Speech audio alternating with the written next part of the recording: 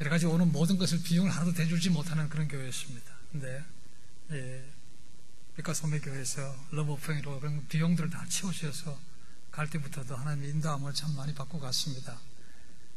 신학교 와서 좀 뭘 모를 때 장 목사님께서 많은 젊은이들을 부르다가 가르치셨고 나누셨습니다. 그래서 많은 것들을 쉽지 않은데요. 많은 분들이 지면 나만 알고 있어야 되고 남들에게 나누기 싫어하는데요. 목사님은 그냥 다 나눠주셨습니다. 그래서 저희 인생 가운데 작은 멘토의 한 부분이 되시기도 하셨습니다. 그래서 15년 동안 있지만 계속해서 부족할 때 묻기도 하고 도움을 받기도 해서 지금까지 왔습니다. 인생의 선배기도 하고 목회의 선배기도 하고 도역자기도 하고 그렇습니다. 그런 속에서 정말 15년 거의 7개월 만에 떠난 이후에 처음으로 강사장에 서게 되었습니다. 얼마나 감회가 새로운지 모르겠습니다. 하나님 은혜의 모든 영광을 돌려드리겠습니다. 같이 기도하겠습니다. 하나님 아버지 은혜로 섰습니다. 은혜로 지금까지 왔습니다. 은혜로 또한 귀한 분들을 만나게 됐습니다. 우리가 떠나는 것은 얼굴이지 마음은 아닌 줄 압니다. 나그네 같은 인생이지만 주님께서 계셔서 인도하셨기에 지금까지 왔고 또 그렇게 갈 것입니다. 사는 동안 주님과 늘 동행할 수 있게 하시고 어디 가든지 짐을 증거할 수 있는 또 이름 그대로 빛과 소금이 되는 그런 삶이 될 수 있도록 인도하여 주시옵소서. 여간 가운데 주님 앞에 날마다 나아갑니다. 받게 될 것이 너무도 많습니다. 부끄러운 모습이지만 또 주님 바꿔주실 것을 믿고 긍휼하심을 믿고 섰사오니 이 시간이 살아계신 하나님을 터치하는 걸 느낄 수 있는 시간 될 수 있게 하시고 그래서 한 주간 동안 다시 한번 주 안에서 새롭게 거듭나며 승리할 수 있도록 역사하여 주시옵소서. 모든 걸 주님께 의탁드리옵고 예수님의 이름으로 기도드리옵나이다. 한 세기 전에 이번 창조했던 윌리엄 부스가 영국에서 이런 질문을 받았습니다. 앞으로 기독교가 어떻게 되겠습니까? 라는 질문이었습니다. 그를 듣고 윌리엄 부스가 이렇게 대답을 해 주었습니다. 그래서는 안 되겠지만 앞으로의 기독교는 성령이 없는 기독교가 될 것입니다. 예수 그리스도가 없는 기독교가 될 것입니다. 거듭남이 없이 구원만 선포하는 기독교가 될 것입니다. 지옥 없이 천국만 선포하는 교회가 될 것입니다. 그러면서 한 가지를 덧붙였습니다. 뭐냐면 진정한 회개함이 없이 용서만을 전하는 기독교가 될 것입니다 라고 했습니다. 그것이 이미 한 세기 100여 년 전의 일입니다. 윌리엄 부스보다 한 시간 조금 더 일찍 있었던 사람 가운데 이런 유명한 말을 한 사람이 있습니다. 신은 죽었다. God is dead. 잘 아시죠? 니체입니다. 니체는 20세에 벌써 강단에서 가르치는 교수였고 또 음악도 잘했던 그런 철학자였습니다. 그가 신은 죽었다고 말하자 유럽이 들고 일어났습니다. 그럴 수가 있다고 항의했다는 거죠. 그 가운데 특별하게 유럽 가운데 독일 교회들이 들어와서 항의를 했습니다. 어떻게 신은 죽었냐는 거죠. 그랬더니 니체가 한술 더 떠서 이렇게 말했습니다. 신은 죽었다. 내가 그 신이 죽었다는 것을 증명해 보겠다는 거죠. 그러면서 신이 죽었다는 것을 증명한 것이 뭔가? 이게 교회였습니다. 그렇게 얘기합니다. 저 무기력한 교회들을 봐라. 저런 모습을 보면 하나님이 살아 계시겠냐는 거죠.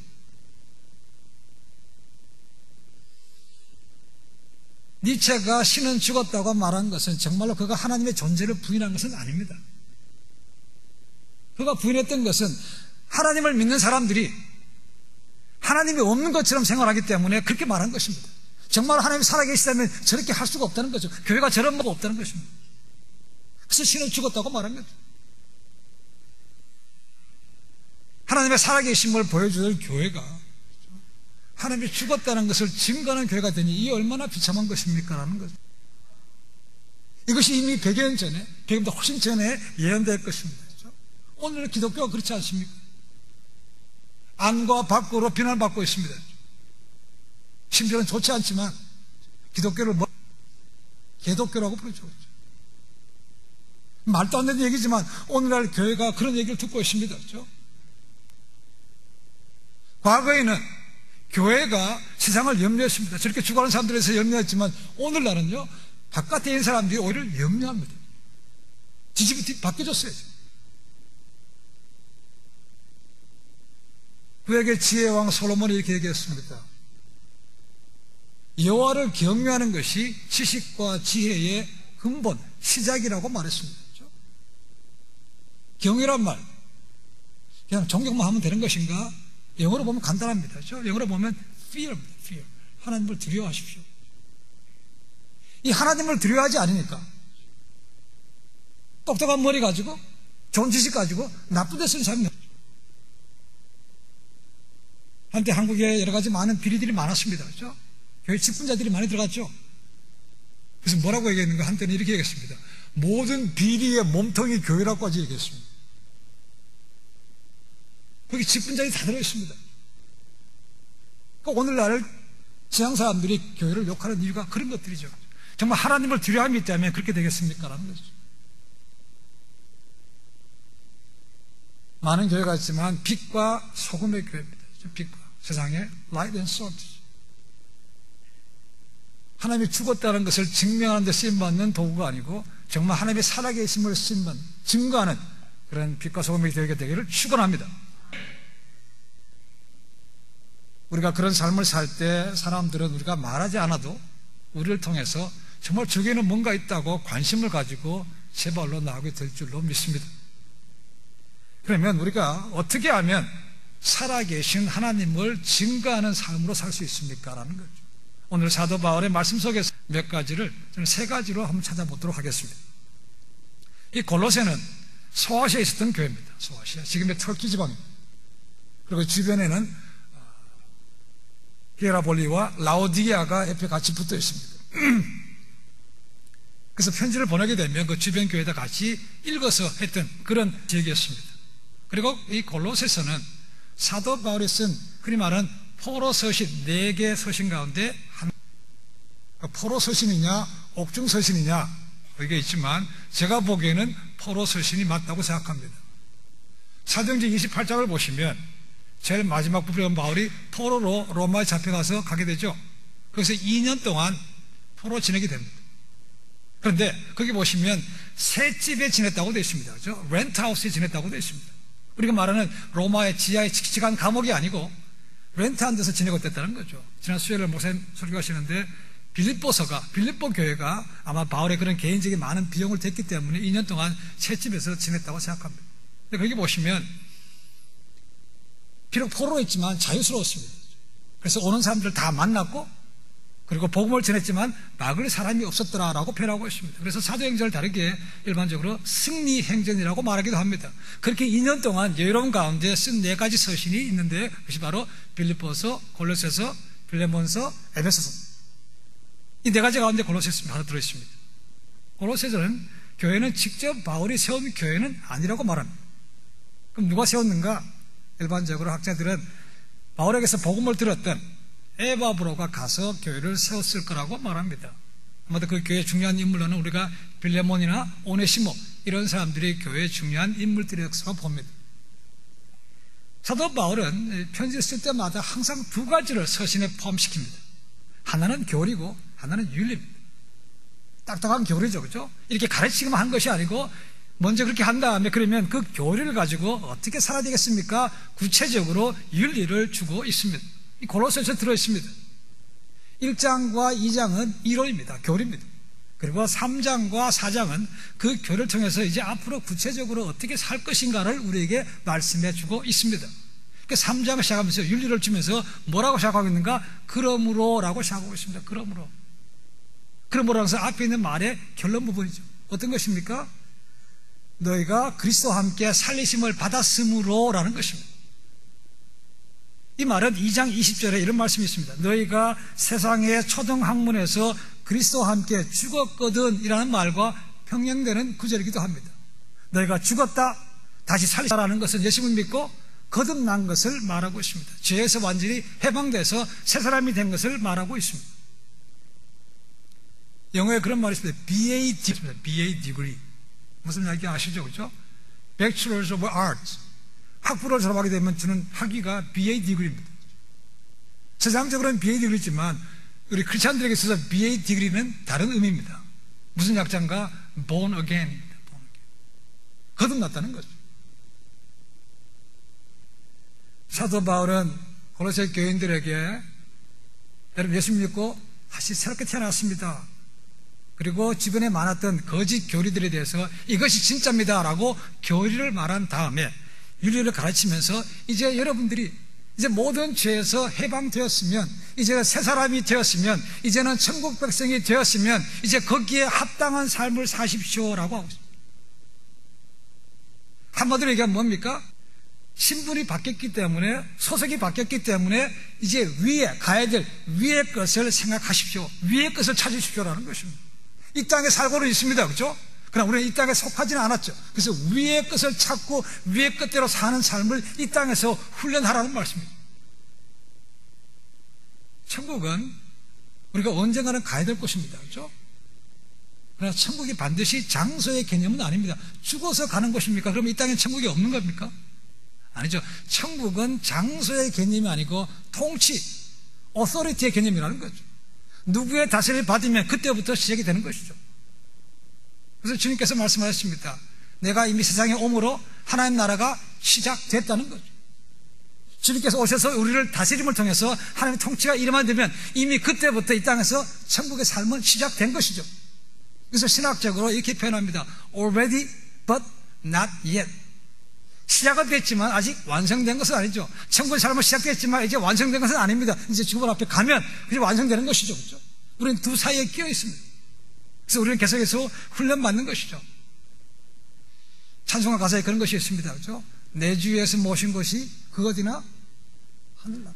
우리 이 땅에 살고 있지만 이미 그것이 하늘나라 천국이라는 거죠. 적지 않은 사람들이 예수님을 믿고 나서 그냥 구세주로 만족하며 사는 사람이 너무 많습니다. 이제 죄 사함 받았으니까 이제 내 마음대로 산다는 거죠. 그러니까 삶이 달라지는 것이 없습니다. 사실 구세주로 믿었으면 그 다음으로 넘어가는 단계가 뭡니까? 예수님의 주권을 회복하는 것이죠. 그러면 my Savior and also my Lord라는 거죠. 내 주인이라는 것입니다. 내 주권을 넘겨드리고 그분이 주인이면 나는 종이기 때문에 순종에 살아야 되는 것이죠. 그래야 삶이 달라지는 거죠. 그런데 구원받았습니다. 이제 필요 없으니까 내 마음대로 냅둬요. 그래서 하는 거죠. 달라지지 않습니다. 우리가 말로는 주여라고 합니다. 아주 습관적으로 주여 이렇게 하죠, 그렇죠? 근데 그 주자가 Lord, 주인입니다. 주인. 우리가 그분에게 예수님을 믿는 순간 그 다음에 주권을 하나하나씩 넘겨드려야 되는 거죠. 근데 내가 쥐고 있다고 생각하면 주님의 온전한 통치가 임하지 않는 거죠. 아직까지 하나님 나라가 온전히 임하지 않은 것입니다. 넘겨드려야 되는 거죠. 우리가 넘겨드리지 못하고 아직까지 내 마음대로 사는 것이 많아서 주님의 영광이 가릴 때가 참 많습니다. 저희도 잘 알고 있습니다. 제 자신도 알고 있습니다.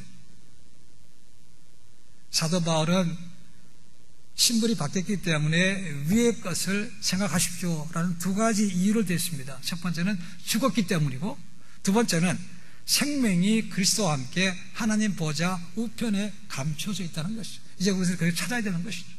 가는 여정 가운데 있는 것이 인생이라도 볼 수가 있습니다. 빨리 표현하면 우리는 분명히 이 땅에 살고 있습니다. 그러나 세상에 속한 사람은 아니죠. 하나님께 속한 사람이라는 거죠. 하나님께 속했으니까 이제 하나님 나라에 합당한 적응되는 삶을 이 땅에서부터 준비하십시오라는 거예요. 가서 살려고 하면 너무 늦습니다, 그렇죠? 우리 이 땅에서 벌써 훈련하고 갔을 때 편안하게 적응하는 것이죠. 그것이 천국의 삶입니다. 새 술은 새 부대에 담아야 됩니다. 그렇지 않으면 터져버립니다. 그렇죠? 마찬가지로 예수님을 믿고 거듭났다면 이제는 새로운 생각을 하고 새로운 말을 하고 새로운 행동을 하고 새로운 목표를 가진 새로운 삶이 돼야 맞다는 거죠. 바울은 그걸 얘기하고 있습니다. 그것이 위의 것을 참는 삶이라고 되어 있습니다. 우리가 이 땅에 사는 동안 흠없이 주님 앞에 서려면 어떻게 하면 됩니까? 불가능하죠. 예수님을 구세주로 믿는 순간 딱 죽으면 확실하게 100% 완벽하게 주님 앞에 설 수가 있습니다. 근데 우리는 믿고 나서 이 땅에 삽니다. 육신을 입고 삽니다. 우리가 죄를 짓는 것은 많은 게 육체 때문에 그렇습니다. 먹어야 되고 자야 되고 뭐 해야 되는 것이 많은 거죠. 육체 때문에 여러 가지 많은 어려움들이 생기는 거죠. 염려 걱정 것이 떠나지 않습니다. 이 땅에 살고 있기 때문에 여러 가지 시행착오를 거듭합니다. 그러니까 이 땅에 사는 삶은 나그네 같은 삶이지만 또한 훈련받는 훈련생의 삶이라고 볼 수가 있습니다. 그리고 구체적으로 위의 것을 생각하는 사람이, 위의 것을 찾는 삶이 어떤 것입니까? 저는 세 가지로 봤습니다. 하나는 버리십시오, 죽이십시오. 두 번째는 입으십시오. 세 번째는 더하십시오라는 것입니다. 첫 번째는 땅에 있는 지체를 죽이는 훈련입니다. 땅의 지체는 오늘 이 세대의 특징이라고 볼 수 있습니다. 신은 없다는 거죠. 그 다음에 내가 중심된 이기주의적인 거죠. 물질주의, 쾌락주의, 이런 것이 대표적인 땅의 지체의 특성을 얘기하고 있습니다. 바울은 그걸 구체적인 예로 5가지로 얘기하고 있습니다. 음란과 부정과 사욕과 악한 정욕과 탐심을 들고 있습니다. 그리고 마지막 탐심은 우상숭배라고까지 말하고 있습니다. 분명히 원문으로 본다면 탐심을 받는 관계대명사가 단수로 되어 있기 때문에 탐심만 받습니다. 그러나 많은 학자들은 오늘 우상숭배가 탐심 하나만이 아니고 앞에 있는 모든 것이 다 포함이 된다고까지 말을 하고 있습니다. 음란은 포르네ia, 배우자 이외의 모든 성적인 부적절한 것이 음란입니다. 우리가 잘 아는 대로 로마와 헬라가 다 망했습니다. 그 많은 이유가 있지만 빼놓을 수 없는 것이 바로 이 음란입니다. 성적인 문란이 너무 많았습니다. 바울은 그걸 기억하고 음란을 첫 번째로 꼽은지 모르겠습니다.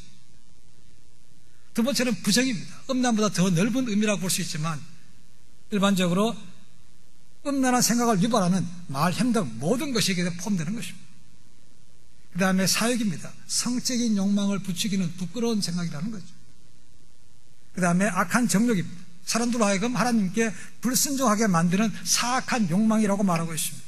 이것들이 다 예수님을 믿기 전에 쫓아왔던 삶이었습니다. 탐심은 뭡니까? 뭐든지 갖고 싶어 하는 거죠. 명품들, 좋은 것도 참 많습니다. 그거 보면 갖고 싶은 거죠. 사도 바울은 우상숭배라고 말합니다. 이런 것들이. 우상숭배는 뭡니까? 우리가 특별하게 모셔놓고 절하고 하지 않더라도 하나님보다 더 먼저 생각하고 하나님보다 더 좋아하는 것이 있다면 그 모든 것이 다 우상인 거죠. 우리 마음속엔 다 알게 모르게 우상들을 가지고 있습니다. 가장 많이 생각하는 게 뭡니까? 눈 뜨면 생각하는 것이 뭡니까? 어쩌면 그것이 우리의 우상인지도 모르겠습니다. 바울은 얘기합니다. 골로새 교인들이 예수님을 믿기 전에는 그와 같은 삶을 살았지만 이제는 구세주로 모셨으니까, 새롭게 태어났으니까 그런 것들은 죽이고 그런 것들은 버리고 새롭게 변화하라고 말하고 있는 것입니다. 천국에 합당한 거룩한 삶을 살라는 거죠. 구약에 보시면 하나님께서 출애굽에서 약속의 땅으로 보내시죠. 그 광야 과정에서 이런 말씀을 주십니다. 하나님께서 이스라엘 백성들에게 내가 거룩하니 너희도 거룩하라라는 거예요. 거룩이 뭡니까? 거룩은 원래 뜻은 그렇습니다. separation, 분리가 되는 것입니다. 죄에서 분리가 되는 것이고 세상과 분리가 되는 것이, 그것이 거룩입니다. 이제 그들이 가야 될 곳은 가나안 땅입니다. 풍요로운 곳입니다. 그러나 거기는 우상들이 많은 곳이라는 거죠. 내가 그곳에 들어가면 그들과 똑같이 되지 말고 구별되라. 그것이 거룩함이라는 거죠. 원래 우리가 세상에서 구별되고 있습니까? 믿는 사람들. 한 가지 친구가 그럽니다. 꽤 큰 교회에 장로로 지냅니다. 자기 주변에 많은 사람이 있는데 예수 믿는 것을 별로 얘기하지 않는다고 말합니다. 두 가지 이유가 있대요. 하나는 예수 믿는 것이 부끄러워서 그렇기도 하고, 두 번째는 예수 믿는다고 얘기하면 이것저것 걸리는 게 많아서 숨기고 지내는 사람들이 많다고 얘기해요. 구별되어야 되는데 세상 속에 숨어 지낸다는 거죠. 어떻게 보면.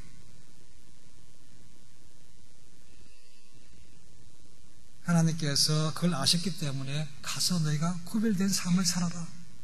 사도 바울 동일하게 말합니다. 우리가 이 땅에 살고 있지만 세상과 안 믿는 사람들과 구별해서 살아라 라고 말하고 있는 거죠. 사람들이 죄를 짓습니다. 죄를 지면 재판을 받게 되죠. 재판을 받으면 이제 형량에 따라서 감옥에 들어가서 이제 지내게 됩니다. 이제 감옥에 들어가게 되면 세상 옷은 다 벗어버려야 되는 거죠. 그죠? 벗고 죄수복으로 갈아입습니다. 흰 줄, 까만 줄 있는 옷들, 그 다음에 푸른 것들, 이런 것들. 그러나서 형량을 다 지냈습니다. 나옵니다. 나올 때 그 옷 입고 나옵니까? 없죠. 그런 사람 없습니다. 벗고서라도 다 벗고 나옵니다. 그죠? 마찬가지로 여러분들이 이제 전에는 죄로 인해서 여러 가지 죄된 삶을 살았습니다. 부끄러운 삶을 살았습니다. 이제 예수 믿고 거듭났으니까 이제 그런 것 버리십시오. 부끄러운 것 아닙니까? 하지 마십시오라는 거죠. 첫 번째 위에 것을 추구하는 삶은 버리십시오, 벗으십시오라는 거죠. 두 번째는 그리스도의 형상을 닮아가는 훈련입니다. 그래서 벗었습니다. 그러면 발가벗고 그냥 지냅니까? 아니죠. 입어야 되는 거죠. 그렇죠? 더러운 것을 벗어버렸으면, 샤워했으면 이제는 깨끗한 새 옷으로 갈아입는 것이죠. 그 옷이 뭡니까? 새로운 옷으로 갈아입는데 그냥 옷이 아니고 그리스도의 형상을 회복하는 옷을 입으라는 것입니다. 창세기 보시면 분명히 말씀하신, 하나님께서 우리를 지으실 때 우리를 하나님의 형상대로 지었다고 말하고 있습니다. 그 이미지라는 것은 외적인 모습이 아니고 그분의 하나님의 성품, 인격을 닮은 모습이죠. 그렇죠? 근데 우리가 하나님의 원래 성품을 입었습니다. 근데 죄로 인해서 그 모든 걸 잃어버렸습니다. 그렇죠? 이제는 다시 죄 용서 받았기 때문에 그것을 회복하라는 거죠. 원래 하나님의 성품을 우리 가운데 회복하십시오라는 거죠. 벗었으면 입으라는 것입니다. 뭘 입는가에 앞서서 또 한 번 사도 바울은 이 죄된 모습을 얘기하고 있습니다. 분함, 노염, 악의, 비방, 비끄러운 말, 거짓말입니다. 5절에 나오는 것들이 주로 육체적인 것에 관계되는 죄라면 여기 나오는 말씀들은 대부분 다 인간적인 관계에서 하는 범하는 그런 죄들을 말씀하고 있다고 생각합니다. 이따가 저는 나그네지만 사람들과 더불어 지냅니다. 인간 관계에서 가장 어려움을 주는 것이 뭐겠습니까? 저는 말이라고 생각합니다. 말.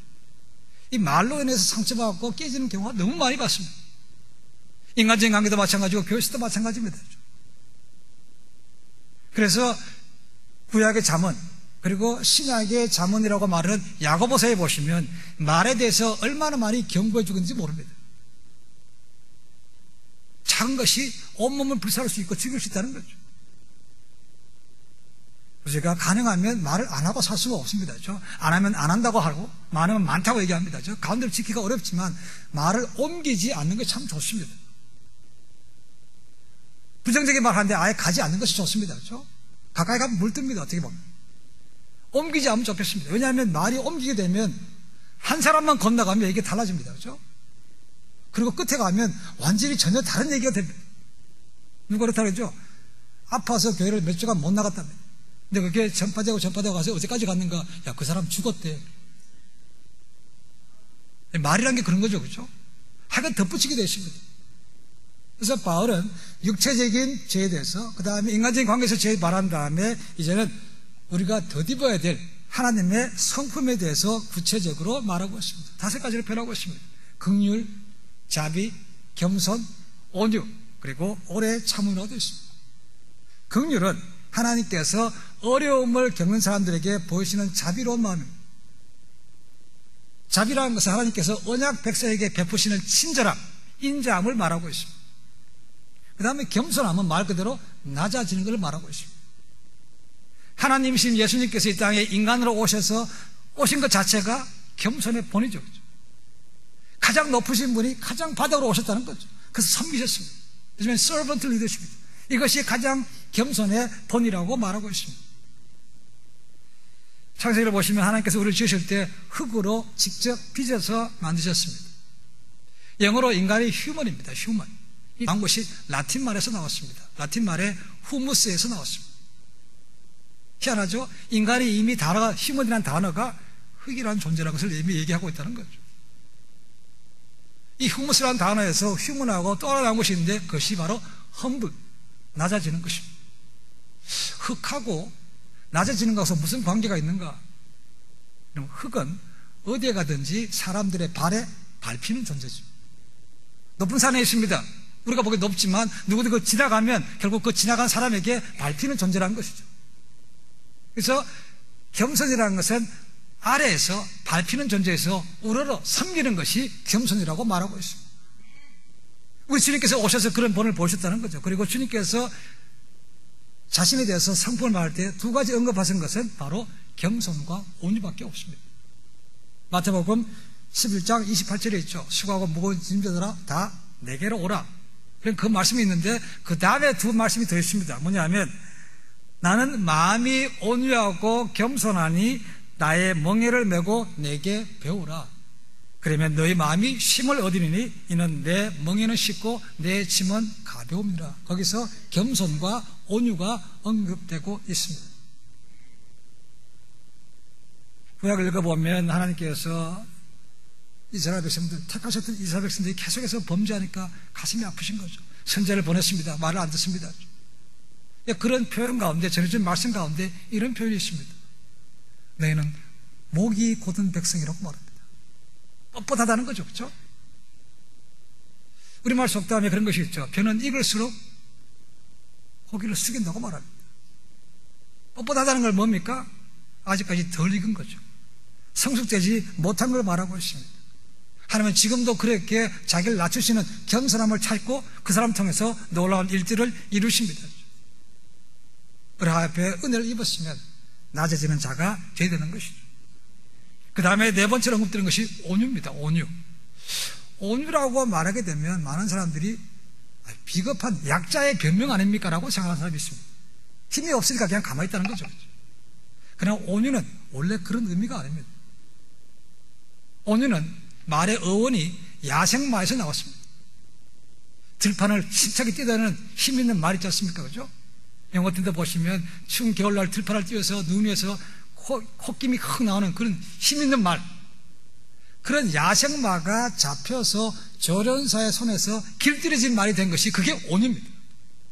그렇다고 해서 야생마의 힘이가 없습니까? 힘은 그대로 가지고 있습니다. 그죠? 근데 그 힘이 컨트롤된 것이죠. 이것이 온유라는 것입니다. 우리 예수님께서 오셔서 십자가에 그냥 너무나 무기력하게 잡히셨습니다. 또 관원들이 보낸 사람들이 잡혀서 못 박히셨고 돌아가셨습니다. 그분이 힘이 없어서 그렇습니까? 그분은 창조의 능력을 가신 분이죠. 그렇죠? 말씀하셨던 것처럼 내가 지금이라도 명하면 한 영이라도 천사를 내려오지 못하겠느냐 말씀하셨습니다. 불이 내려오게 하실 수 있습니다. 그렇죠? 그런데 그분은 한 번도 자기의 이익을 위해서, 자기의 목적을 위해서 그 힘을 쓰지 않았다는 겁니다. 힘은 가지고 있습니다. 그렇죠? 이것이 온유라는 것입니다. 그래서 겸손과 온유는 우리 주님의 대표적인 것이죠. 그리고 마지막은 오래 참는 것이라고 되어 있습니다. 오래 참는다. 그것은 많이 들었죠, 그죠? 바울의 사랑장, 고린도전서 13장에 보면 첫 번째 나오는 것이 사랑은 언제나 오래 참고라는 것이죠. 오래 참는 것도 어려운데 언제나 오래 참아야 됩니다. 그게 얼마나 어렵습니까? 그런 얘기만 들으면 기가 죽어요. 어떻게 보면 우리는 도저히 불가능합니다. 그런데 그렇게 하라고 되어 있습니다. 만약 하나님께서 오래 참으시지 않으셨다면 과연 우리 가운데 지금 이 자리에 앉아 계실 분들이 몇 분 될까요? 저는 없습니다. 죽어서 없습니다. 중상, 최소한도 중상은 아닐까 싶어요. 중상. 맞아서라도. 근데 그분이 오래 참으셨기 때문에 저 같은 사람도 구원받고 주님의 일을 하게 된 거예요. 그리고 우리가 많은 실수했지만 봐주시고 또 용서하시고 또 봐주고 용서하시기 때문에 지금까지 오게 된 것이죠. 그렇죠? 그분이 오래 참으셨습니다. 그분이 오래 참으셨기 때문에 우리가 있는 것처럼 우리도 서로 관계 속에서 오래 참는 것을 하라는 거죠. 그게 하나님의 성품이라고 되어 있습니다. 회복하십시오라는 거죠. 우리 자신들에 대해서 굉장히 관대합니다. 아니, 나만 그럽니까? 다 그렇게 해요. 우리에 대해서 굉장히 쉽게 변명합니다. 그렇죠? 근데 다른 사람에 대해서는 어떻습니까? 내보다 훨씬 작은 것에 대해서도 용서가 안 되는 거죠. 그냥 바로 얘기합니다. 그렇죠? 아니면 뒤에서 수근수근 대해서 말을 부풀리거나 왜곡시키는 것이죠. 그렇게 가면 항상 이 말 때문에 파가 나눠집니다. 그러면 아닌 것도 자꾸 말하게 되면 그런가 생각이 듭니다. 그래서 이 말이란 게 그런 거죠. 그래서 바울은 이 5가지 해부될 성품을 말한 다음에 13절에 이렇게 말하고 있습니다. 서로 용납하고 용서하십시오. 혼자 용납하고 용서하는 것 되면 어렵습니다. 그렇죠? 그래서 피차 서로 하십시오라는 거죠. 사랑도 제일 하기 어려운 것이 짝사랑 아닙니까? 원사이드 러브. 한 사람은 사랑하는데 한 사람은 안 받아줘요. 모르는 게 얼마나 불행한 겁니까? 용서도 마찬가지죠. 항상 용서해 준 사람, 항상 받기를 원하는 사람, 이것이 지속될 수는 없습니다. 언젠가는 거의 깨지게 되어 있습니다. 지치게 되어 있습니다. 그렇죠? 그래서 피차 서로 하십시오라는 것이죠. 한순간에 되지 않고 끝까지 계속해서 하십시오라는 거죠. 이것은 제가 주님 앞에 서는 그날까지 계속 해야 될 훈련입니다. 훈련. 훈련이 영어로 디시플린입니다. 디시플린. 이 단어에서 뭐가 나왔습니까? disciple, 제자가 나왔습니다. 제자. 우리 훈련 받는 거죠. 정말 제자가 된다는 것은 그런 훈련도 기꺼이 계속해서 받을 수 있어야 되는 거죠. 한순간에 안 됩니다. 한순간에 바뀌면 얼마나 좋겠습니까? 그게 안 돼요. 그래서 훈련이 필요한 것이죠. 용서와 용납 어렵기 때문에 또 앞으로 계속해야 되기 때문에 서로가 하십시다. 계속해서 훈련 받으십시다라고 합니다. 그렇다고 해서 잘못된 거 무조건 덮어두라는 얘기는 아닙니다. 아무 말도 하지 말라는 얘기 아닙니다. 틀린 것은 알게 해줘야 되는 것이고 바르게 잡을 필요가 있습니다. 그 하는 데 있어서 필요한 게 뭐겠습니까? 우리 그리스도의 본이죠. 예수님께서 이렇게 하셨다는 거죠. 하나님께서 우리의 모든 걸 다 들춰내지 않았습니다. 바로바로 지적하지 않았습니다. 바로바로 심판하지 않았습니다. 우리가 마땅히 줘야 될 것이지만 하나님께서 죄가 없는 아들을 보내셔서 그분이 대신 죽게 하고 모든 걸 갚으셨다는 것이죠. 그것을 기억하고 여러분도 그런 것을 서로 나누십시오. 용납하십시오라는 거죠.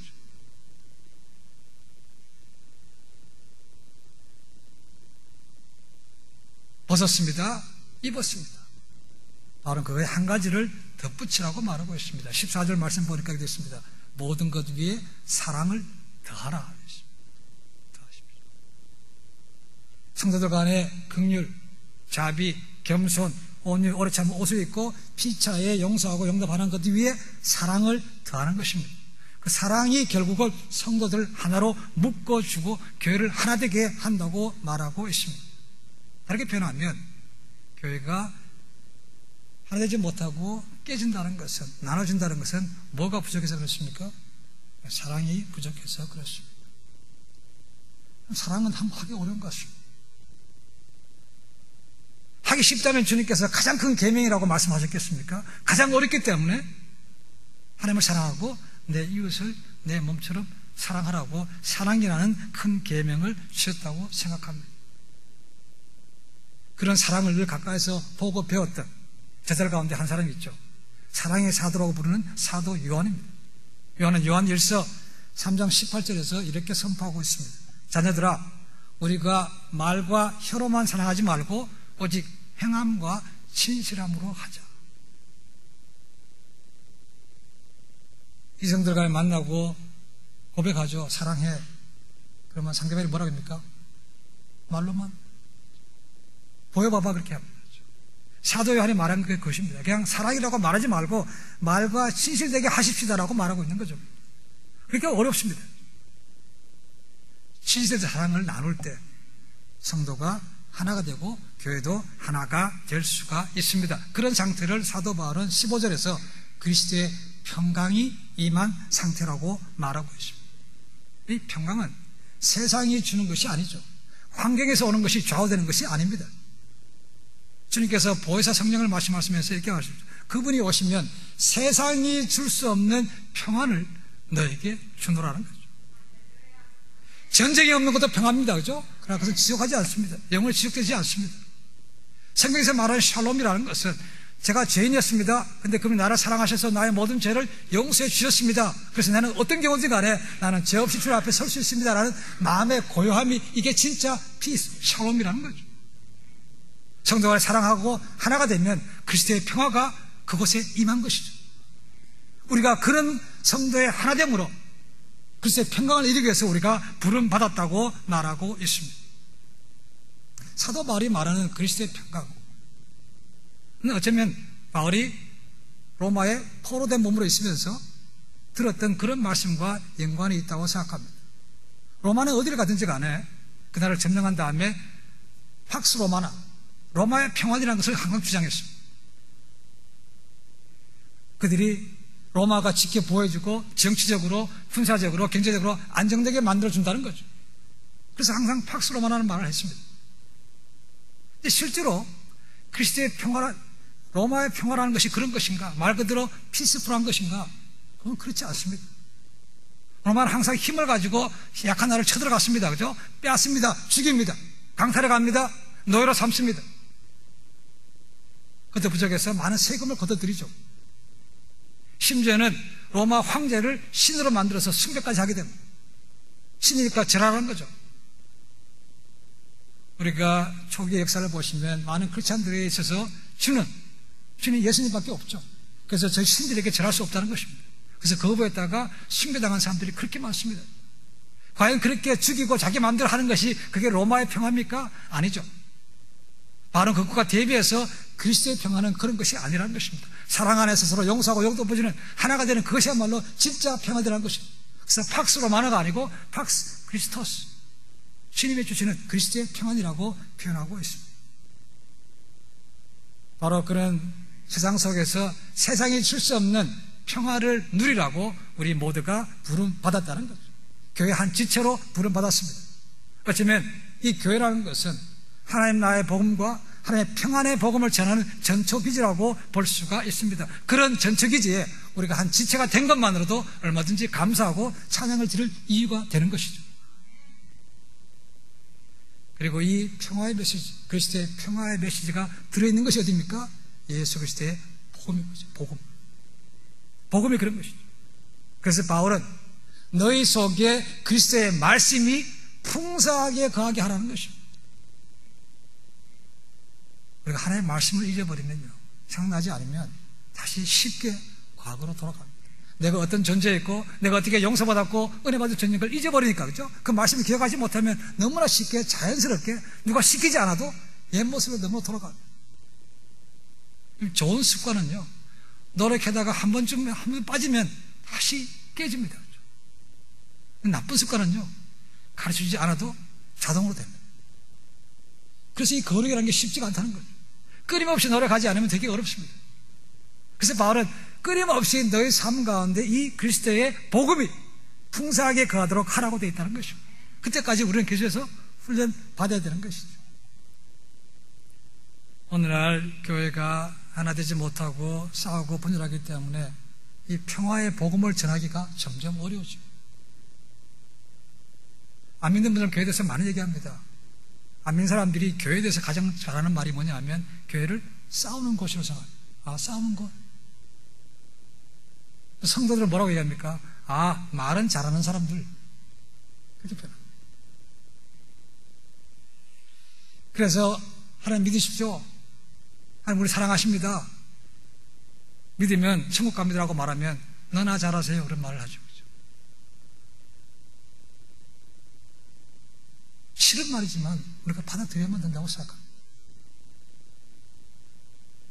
너무나 많이 까먹었습니다. 그렇죠? 이제는 회복해야만 된다는 거죠. 신용이 그렇다고 생각합니다. 크레딧 카드 보시면 크레딧 카드 싹 올라가기 굉장히 어렵습니다. 그죠? 오랫동안 지나가 크레딧이 올라갑니다. 근데 몇 번 안 내거라 하면 금방 내려갑니다. 좋은 것들 하기가 참 어렵습니다. 해도 그냥 그런가 보다 합니다. 나쁜 거 하면 그냥 벌떼같이 해서 쓰시기 때문에 참 덕이 안 되는 것이 많아요. 예수님을 믿으면 우리가 분명하게 죄 용서 받습니다. 그리고 죄와 사마의 권세에서 벗어납니다. 그렇다고 해서 죄의 뿌리마저, 죄의 뿌리는 우리 속에 남아 있습니다. 그 죄의 뿌리 때문에 유혹에 넘어가고 또다시 과거의 모습으로 쉽게 돌아간 것이 뿌리 때문에 그렇습니다. 이 뿌리를 없애기 위해서는 우리가 끊임없이 노력해야만 됩니다. 말씀 안에 풍성하게 거해야 되는 것이죠. 그렇죠? 그래서 벗어버리고 입고 그 위에 사랑을 더듬는 훈련을 우리는 끊임없이 해야만 됩니다. 그렇죠? 우리가 죄를 지었기 때문에 죄인이 아닙니다. 우리는 죄인이기 때문에 죄를 지을 수밖에 없습니다. 마찬가지로 우리가 하나님의 사랑을 받는 존재가 됐습니다. 하나님의 자녀가 됐습니다. 그렇다면 이제는 그 사랑을 나눠주는 존재가 되어야 된다는 거죠. 오래전에 목회를 시작하면서 이제 셀교회, 우리 장목사님한테 많이 배우게 됐지만 한 번 더 배우러 갔습니다. 휴스턴 서울 침례교회 갔더니 계속에 들려오는 말이 그런 것 같아요. 교회는 병원입니다. 병원이기 때문에 여러 가지 아픈 사람들이 많다는 거죠. 종류가 다른 사람들이. 그런 분들이 교회 안에 작은 교회 속에서 긍휼과 자비와 겸손과 온유, 오래 참음, 사랑 속에서 뭡니까? 회복되어야 된다는 거죠. 그것이 교회의 본질이라는 것이죠. 그래서 교회는 병원입니다. 근데 우리가 병원이면 우리 환자 아닙니까? 그죠? 우리가 환자라고 하면 좋아합니까? 그죠? 별로 안 좋아합니다. 근데 교회가 그렇게 이루어져야 되는 것이죠. 교회는 그리스도의 몸입니다. 그리고 머리는 주님이시죠. 그리고 성도는 그 몸에 붙어있는 지체들입니다. 우리 몸에 지체가 하나밖에 없습니까? 많죠. 마찬가지로 교회 안에 있는 다양한 성도들도 다양할 수밖에 없습니다. 하나밖에 없다면 제대로 펑션을 할 수가 없는 거죠. 다르기 때문에 새로운 일들을 할 수가 있는 것이죠. 한번 이런 실험을 해보겠습니다. 여러분 한번 깍지 한번 깨보시겠습니까? 깍지 제가 꼈습니다. 왼손 엄지가락이 올라갑니까? 오른손 엄지가락이 올라갑니까? 오른손도 있죠, 그죠? 저는 왼손이 올라갑니다. 자, 제가 왼손으로 올라간다고 해서 오른손이 올라가 끼인 사람, 너 틀렸어라고 말합니까? 틀렸습니까? 아니죠, 그죠? 이게 틀린 게 아니고 다른 겁니다. 근데 많은 경우에 우리는 내하고 다르면 너 틀렸어.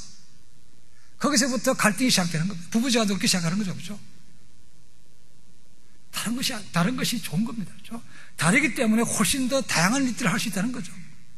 그래서 저는 이 말씀을 좋아합니다. Unity in diversity. 다른 가운데 하나됨을 추구하라는 거죠. 그래서 교회를 종종 몸이기도 하지만 오케스트라로 비우기도 합니다. 오케스트라는 여러 가지 다양한 악기들이 있습니다. 그렇죠? 한 악기로 할 수 없는 그런 다른 음악들을 우리가 훨씬 더 좋게 들을 수 있습니다. 근데 거기 조건이 하나 있죠. 그죠? 그 악기들이 뭐 해야 됩니까? 하모니, 조화를 이루어야만 됩니다. 그렇지 않을 바에는 차라리 악기 하나로 한 게 훨씬 낫습니다. 우리 모두는 다 오케스트라에 조화있는 다른 악기들입니다. 그러니까 서로 조화가 필요한 것이죠. 근데 다릅니다. 그죠? 그럼 서로 용서하고 용납하고 무엇으로? 사람으로 덮어주는 게 필요한 것이죠. 너 틀렸어. 이렇게 하게 되면 마음의 문이 열리는 것이 아니고 닫아집니다. 오케스트라에도 그래서 지휘자가 있습니다. 그렇죠? 몸된 교회에 지휘자가 있죠. 누굽니까? 멀어진 주님이죠. 우리가 주님의 지혜에 맞춰서 그분의 말씀에 순종할 때 우리가 주 안에서 하모니, 조화를 이룰 수가 있는 거죠. 내 것만 주장하면 어떻게 되겠습니까? 얼마나 다릅니까? 그렇죠? 우리는 내 주장이 중요한 것이 아니고 주님의 생각이 뭔가가 중요한 것이죠. 주님이 머리라면 그분의 뜻이 뭔가가 중요한 것이지 내 뜻은 중요하지 않습니다. 다르다면 우리는 그분 뜻에 맞춰가야 되는 것이죠. 맞춰갈 때 교회가 자연스럽게 유니티로 바뀌어져 가는 것이죠. 요한복음 17장 한 장을 흔히들 예수님의 대제사장적 기도라고 말합니다. 한 장 전체가 기도로 되어 있습니다. 다른 공간복에서 볼 수 없는 그런 내용들이 요한복음에만 기록되어 있습니다. 죽음을 앞두고 주님께서 기도하신 기도, 우리가 잘한 대로 이 잔을 내게서 지나가게 하옵소서, 그런 기도가 아니고 요한은 다른 각도에서 기도하고 있습니다. 뭡니까? 아버지와 내가 하나 된 것처럼 저들도 하나 되게 하옵소서, 원리스를 두고 기도했다는 거죠. 이 골로새서와 쌍둥이 서신이 있습니다. 그것이 에베소서입니다. 사장을 보시면 사도 바울이 그렇게 얘기합니다. 우리가 하나 되어야 된다는 것을 7가지로 표현하고 있습니다. 한 몸, 한 믿음, 한 성령, 한 하나님, 한 침례, 이렇게 7가지로 하나 되라고 얘기하고 있습니다. 사도 바울도 주님도 앞으로 교회가 하나 되기를 그렇게 기도하셨다는 거죠. 어쩌면 주님께서 하늘 보좌 우편에서 지금도 우리 교회를 향해서 하나님 하나 되게 없소서.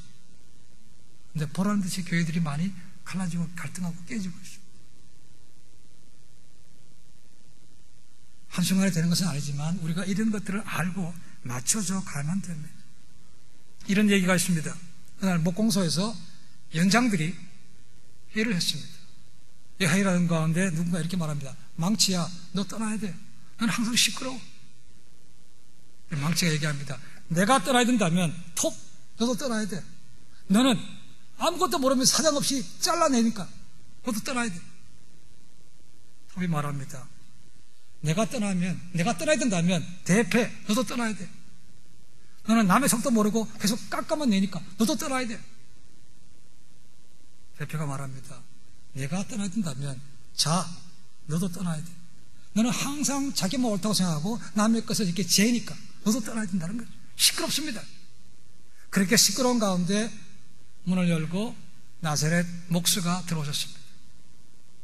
옷을 벗으시고 작업복을 갈아입으셨습니다. 그리고 자, 톱, 대패 다 쓰셔서 좋은 강대상을 만드셨습니다. 그럼 우리 모두는 하나님 앞에 복음을 전파하는 도구에 불과합니다.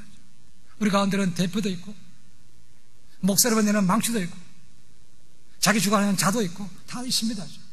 근데 어느 것 하나 필요하지 않은 것이 없다는 거죠. 다 있어야 아름다운 작품이 만들어진다는 것입니다. 이것이 우리가 느껴야 될 지체의식인 거죠. 한 몸으로 부름받았다는 것이 그런 것들입니다.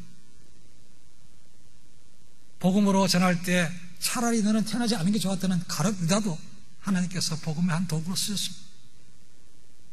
우리 모두는 필요하기 때문에 이 공동체의 한 몸으로 지체로 주셨다는 것이죠. 우리가 그런 귀한 존재로 느낄 수 있어야 된다는 거죠. 그래서 얘기합니다. 우리는 그의 만드신 바라라고 합니다. 만드신 바라. 영어로 보면 craftsman, workmanship 이렇게 되어 있습니다. 근데 원문에 보면 만드신 바라가 굉장히 좋은 단어입니다. 포이에마라고 했습니다. 포이에마. 이 단어에서 영어에 뭐가 나오는가? 포음, 시가 나왔습니다. 우리가 하나님의 시래요, 시. 마스터피스, 걸작품이라는 것입니다. 우리가 그렇게 보입니까? 옆에 계신 분들이, 야, 저놈은 주님께서 만드신 걸작품이야. 하나님의 시야. 이렇게 보면 달라지는데, 그죠? 그렇게 보지 않기 때문에, 다른 걸 틀린다고 보기 때문에 거기서부터 갈등이 시작되는 것이고, 옮겨가는 것입니다.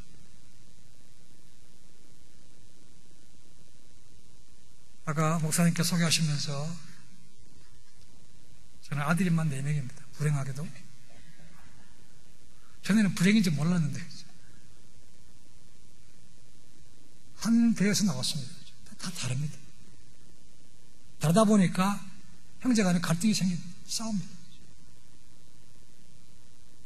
그런데 부모가 가슴이 아픈 거죠. 간섭하기도 하고 혼내기도 합니다. 반드시 자녀가 많다고 해서 문제가 많은 것은 아닙니다. 근데 일반적으로 자녀 숫자가 많으면 문제도 많이 생기죠. 그래서 가지 많은 나무에 바람 잘 날 없다고 말합니다. 교회에서 여러 가지 분란이 생기면 누가 가슴 아프겠습니까? 목자 대신 목사님이 가슴 아픈 거죠. 그래서 기도하십니다. 누가 그럽니다.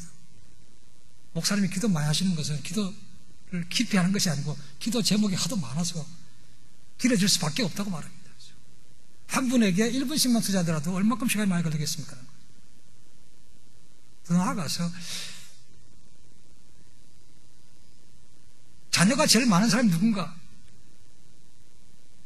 제가 사는 솔렉시티는 몰몬들이기 때문에 자녀가 굉장히 많습니다. 6명, 7명 낳고 그럽니다. 집이 굉장히 큽니다.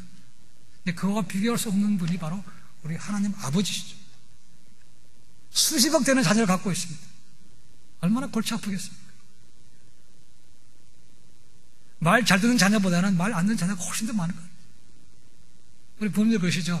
네가 내 가슴에, 부모님 가슴에 대못을 박는 거라 박아. 우리 주님의 가슴에 손과 발에 십자가를 못 박은 사람도 많을 거라고 생각합니다. 그래도 불구하고 그분이 오래 참으셨고 우리 사랑하시기 때문에 제가 이런 모습으로 서 있습니다. 제 은혜입니다. 은혜를 기억해 있습니다.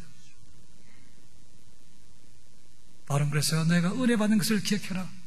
이제는 벗어버릴 거 벗어버리고 새로운 걸 덧입고 성품을 덧입고 이제는 사랑을 더해라. 이것은 꼭 고로새뿐만 아니고 오늘날 우리 모두에게 주시는 동일한 말씀으로 믿습니다. 빛과 소금의 교회가 더욱더 성도 간의 사랑으로 끈끈하게 하나가 되어서 정말 이 땅에 주어진 복음사역을 잘 감당하는 온전한 빛과 소금의 교회가 될 수 있기를, 거기에 쓰임받는 여러분 될 수 있기를 주님을 간절히 축원해 드립니다. 기도하겠습니다. 우리가 예수 믿은 기간은 중요하지 않습니다. 내가 모태교인이었든 나는 이제 믿은 지 얼마밖에 안 되든 상관없습니다. 중요한 것은 내가 믿은 이후에 계속해서 바뀌어가고 있습니까? 죽이고 죽이고 믿고 무엇보다도 사랑을 더합니까? 위대했던 사도 바울이 이렇게 얘기하죠. 나는 날마다 죽노라. 우리는 죽어야 되는데 죽지 못해서 참 발끈발끈합니다. 참도 참지 못합니다. 그렇죠? 죽어야 돼. 먼저 죽어야 그 다음에 덧입을 수 있습니다. 우리가 한 주간 동안 지난주간 기도 말씀 보니까 지난 주간에 한 주간 이렇게 씨름했습니다. 이번 한 주간 동안 내가 가장 버려야 될 것이 뭐고, 그럼 내가 있는가 하면 하나님께서 뭘 입으라고 말씀하실 것인가, 그리고 내가 그 주님의 사랑을 느끼고 있는가. 하시면 주님 앞에서 겸손하게 기도로 나가겠습니다. 기도하겠습니다.